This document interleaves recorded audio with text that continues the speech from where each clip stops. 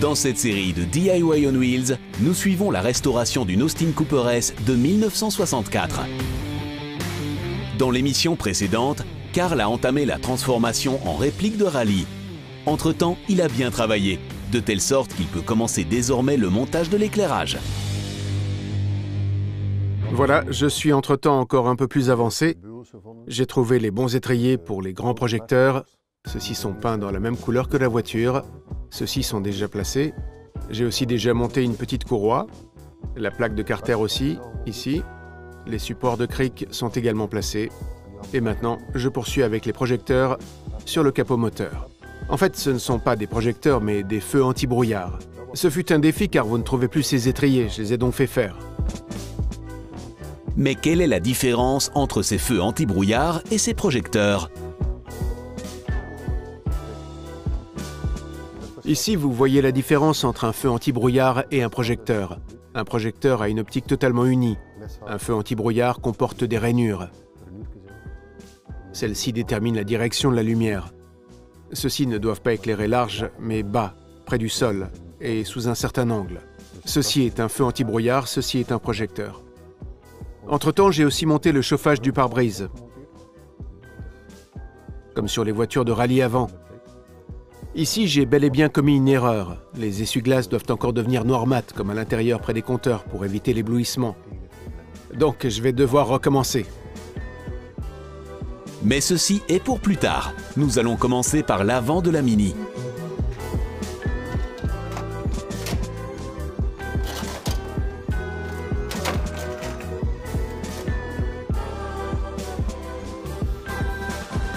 Ce que j'ai aussi prévu, c'est un système pour enlever aisément la grille. Ce sont simplement deux écrous, à gauche et à droite, de sorte que vous pouvez les desserrer à la main. Et puis, vous pouvez aisément retirer celui-ci pour accéder au moteur. Ce que je dois encore faire, ici se trouve un refroidisseur d'huile supplémentaire que j'ai monté. Le danger est désormais que ces étriers frottent contre le refroidisseur d'huile.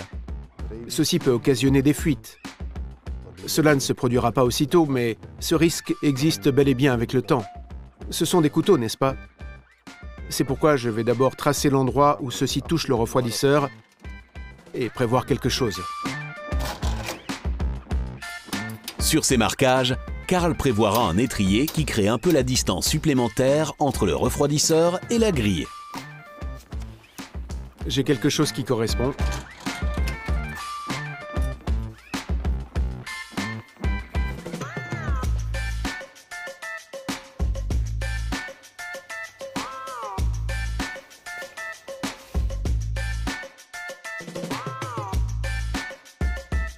Ce sont en fait des étriers pour monter un ventilateur électrique sur un radiateur.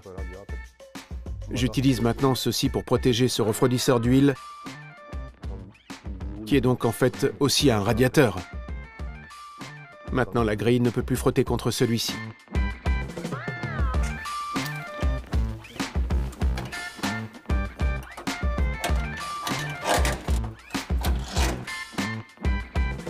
Voilà.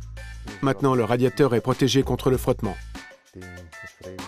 La grille peut encore être retirée provisoirement. Carl peut ainsi monter plus facilement la serrure du capot moteur tout à l'heure. Mais d'abord, les feux anti-brouillard par-dessus. Ce sont les étriers que j'ai fait faire. Le plus facile était de suivre l'arrondi du capot moteur. Mais l'entreprise de construction l'a parfaitement fait. Maintenant, je peux tout monter.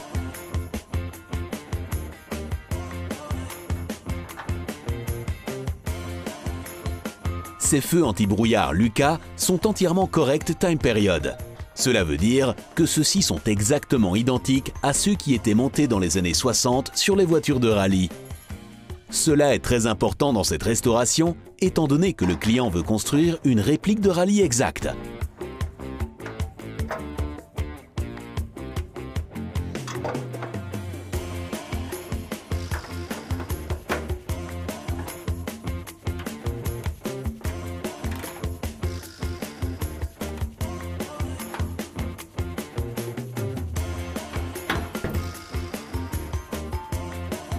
Maintenant, je les monte provisoirement environ dans la bonne position, mais je ne pourrai les tester que quand les lampes y seront insérées et le courant arrivera. Je pourrai alors régler les feux sur un mur blanc.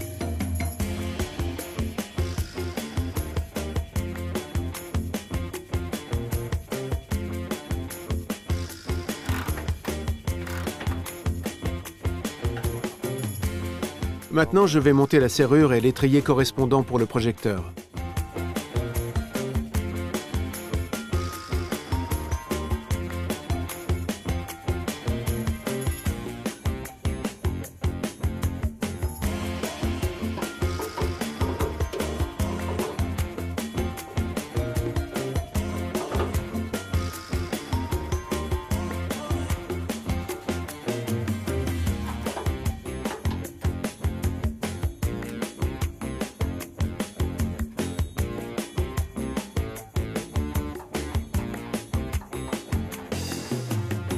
Je ne vais pas encore le serrer entièrement de sorte que je puisse encore le déplacer d'avant en arrière. Idem ici en dessous.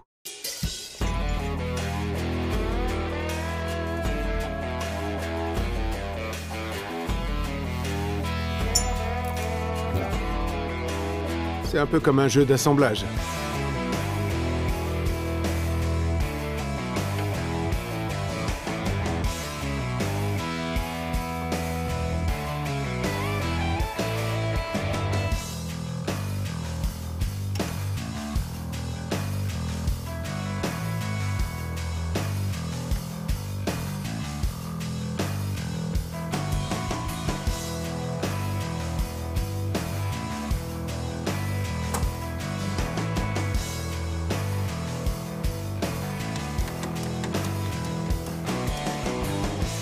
Ok, et provisoirement aussi, fixer légèrement. Et tester la position.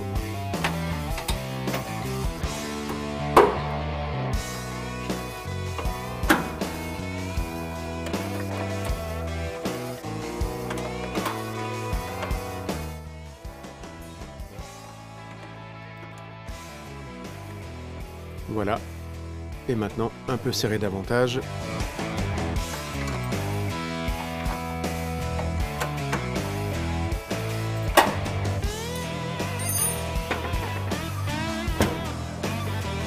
Voilà. Celui-ci est fermé. Et tout est correct. Il vaut aussi toujours mieux monter ceci sans que la grille n'y soit placée. Ici, ce n'est pas un problème, la grille s'enlève aisément. Mais sur certaines voitures, vous ne pouvez pas accéder à la serrure quand la grille est en place. Et si la position n'est pas correcte et que la serrure se ferme à l'arrière, vous ne pouvez plus l'ouvrir. Si la grille se trouve devant, vous ne pouvez pas non plus y accéder. Maintenant, si elle n'est pas bien en place, vous pouvez encore bien y accéder pour la rouvrir. Si la grille s'y trouve, cela ne marche plus. Sur cette Mini, ce n'est pas un problème. Et elle s'ajuste aussi parfaitement. Cela a donc bien fonctionné. Sur une autre voiture telle que celle-ci se trouve la même serrure que sur notre Mini. Mais si celle-ci se ferme et que la position n'est pas bonne, vous ne pouvez plus y accéder. Il vaut donc mieux monter la serrure après avoir retiré la grille. Puis vous y accédez facilement. Si elle se ferme, vous êtes coincé, n'est-ce pas? Voilà, tout est parfaitement positionné et maintenant, je peux tout serrer.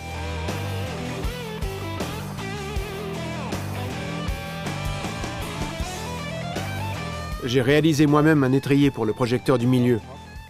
Celui-ci se place ici par-dessus. La grille se retire aisément et je peux encore ouvrir et fermer la serrure. Et cette petite éraflure dans la grille est aussi cachée. Je peux donc garder l'original, personne ne le verra. J'essaie toujours de garder les éléments originaux autant que possible.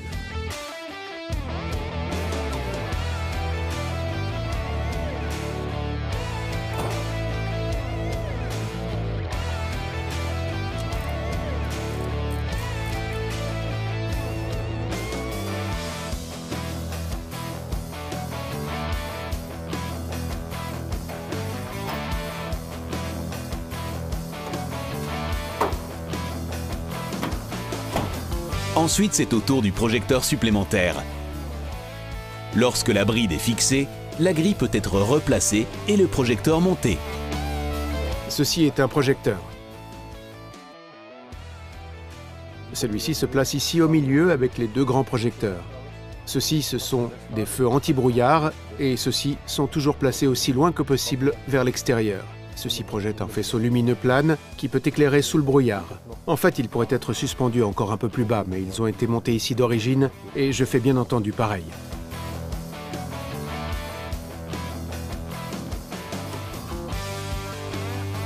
Ceci vous permet de régler le projecteur dans toutes les directions possibles.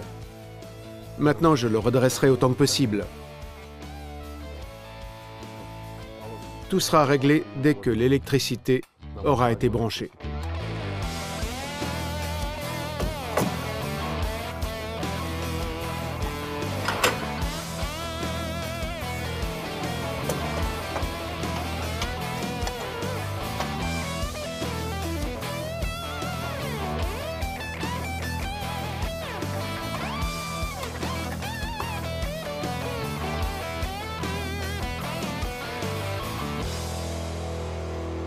Voilà. Dès que celui-ci est bien fixé, les deux grands projecteurs peuvent aussi être montés. Entre-temps, Karl avait déjà prévu les étriers à cette fin.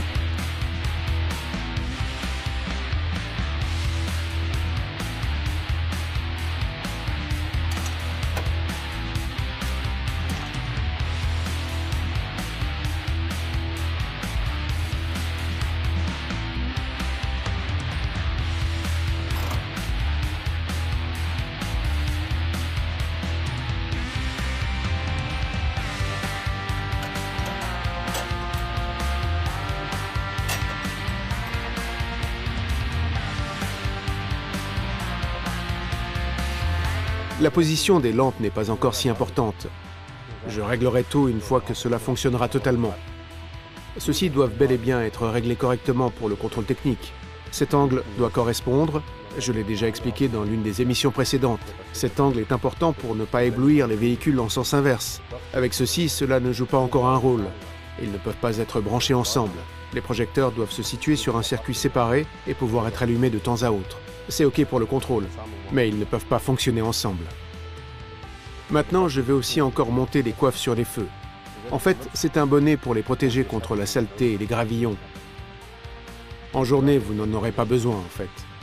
La nuit, c'est un peu embêtant, et vous ne pouvez pas non plus les utiliser. Mais un trouille est bel et bien pratiqué, afin que vous puissiez voir en journée s'il brûle encore ou pas par hasard.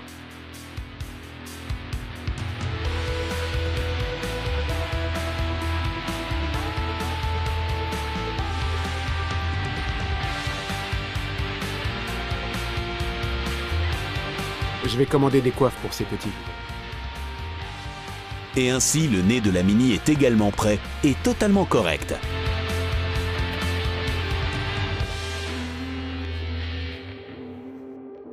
Maintenant, je vais aussi encore monter un feu de marche arrière. C'est simplement un projecteur comme à l'avant. Je vais le monter maintenant à l'arrière.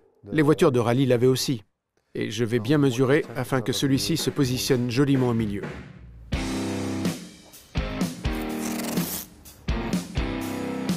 Pour cela, Karl allonge d'abord les lignes de l'évidement pour le pare-choc. Il le fait avec un peu de ruban de masquage. Il lui permet de bien mesurer le milieu.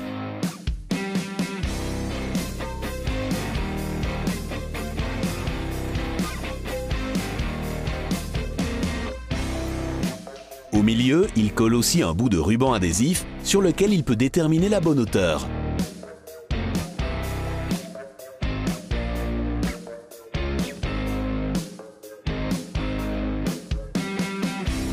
Ceci devrait être le milieu. Avant que Karl commence à forer, il pratique un petit marquage avec un poinçon de centrage automatique. Ceci est un pointeau qui ne nécessite pas un marteau. Le marquage empêchera le foret de glisser.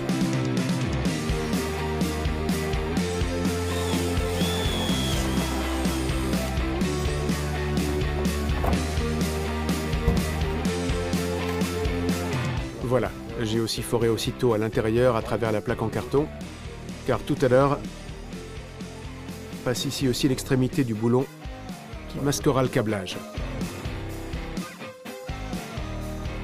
vous devez toujours souffler la limaille de fer. Si vous la frottez, vous pouvez faire des rayures sur la voiture. Avec un peu de peinture qu'il a reçue dans l'entreprise de carrosserie, Karl retouche le trou de perçage. Ainsi, la rouille ne peut pas apparaître.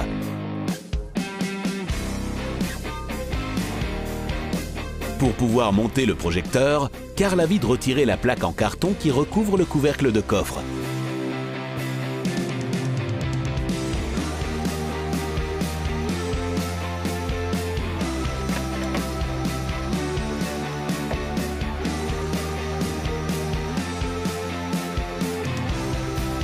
Dès que le projecteur est bien fixé, la lampe et le mécanisme intérieur peuvent être également montés.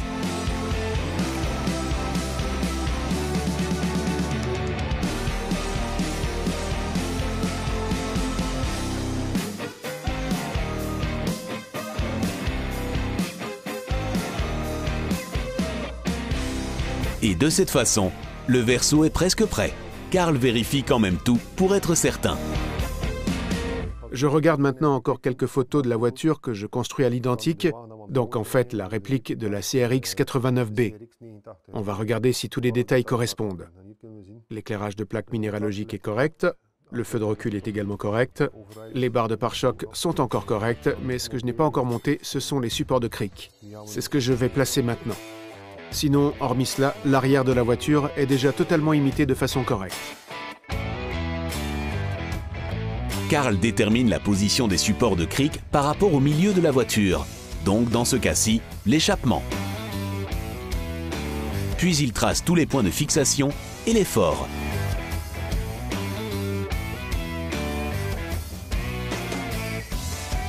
Ici aussi, il commence à nouveau à utiliser le poinçon de centrage et fore ensuite tous les trous avec un foret pour métal de petit diamètre.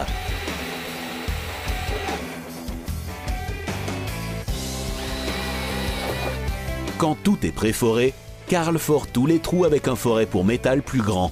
Celui-ci a le même diamètre que les boulons qu'il utilisera tout à l'heure.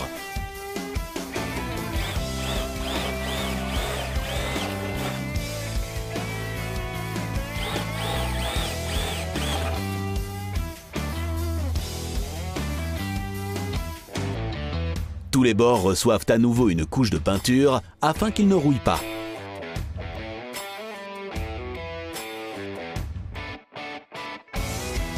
Et puis les supports de cric arrière peuvent être fixés.